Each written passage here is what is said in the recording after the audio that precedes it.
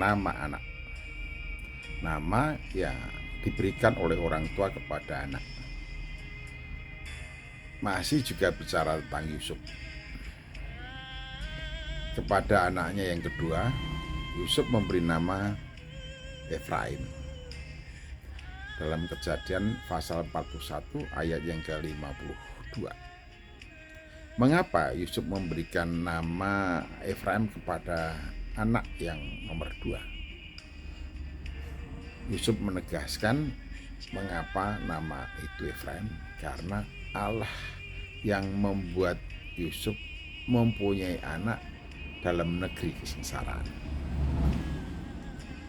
Ketika Yusuf menjadi budak, apakah ada keinginan yang terbersit bahwa dia akan punya istri dan punya anak? Hidup sebagai seorang budak sepenuhnya ada di tangan tuannya, atau hidupnya dikuasai oleh tuannya. Apa yang diinginkan oleh tuan terhadap budak pasti akan terjadi. Bahkan kalaupun kemudian salah satu dari budaknya itu punya anak, anaknya pun bukan milik dari budak itu, menjadi milik tuannya, bahkan untuk menjadi budak tuannya juga. Jadi ketika Yusuf memiliki dua orang anak, yang pertama diberi nama Manasye, yang kedua diberi nama Efraim. Ketika nama Efraim diberitahukan, itu ada ungkapan imaniah dari Yusuf, dan sekaligus itu menjadi tanda syukur Yusuf. Mengapa? Efraim dengan arti Allah yang membuat Yusuf mempunyai anak dalam negeri kesengsaraan. Jadi segala sesuatu yang mustahil itu ternyata dianugerahkan oleh Allah kepada Yusuf, sehingga tidak ada yang mustahil.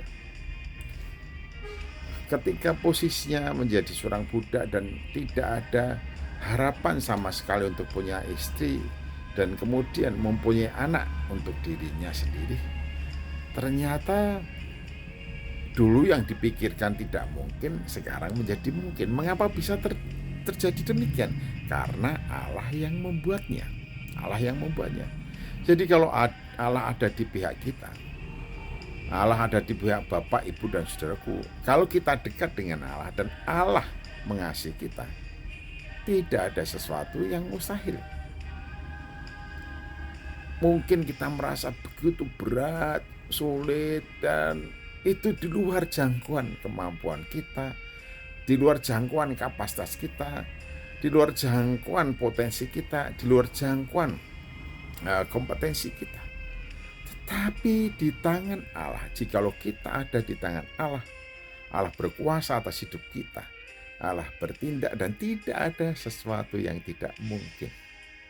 Oleh karena itu ungkapan syukur dinyatakan oleh Yusuf kepada Allah ketika Allah menganugerahkan kepada Yusuf anak yang kedua, dan tanda itu jelas dinyatakan dengan nama Efraim kepada anak yang kedua.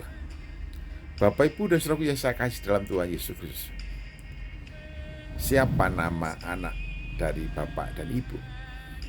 Atau mengapa orang tua dari Bapak Ibu memberi nama ABC atau nama kepada Bapak Ibu?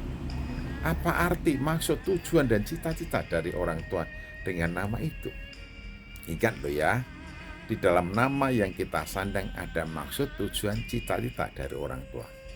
Bahkan juga di dalam nama yang diberikan orang tua kepada seseorang anak atau seorang anak juga bisa mengandung arti iman orang tua itu, atau keyakinan yang dimiliki orang tua dalam hubungan dengan Allah yang disembah dan dipercayainya. Seperti apa yang diungkapkan oleh Yusuf dengan anaknya yang kedua dengan nama Efraim.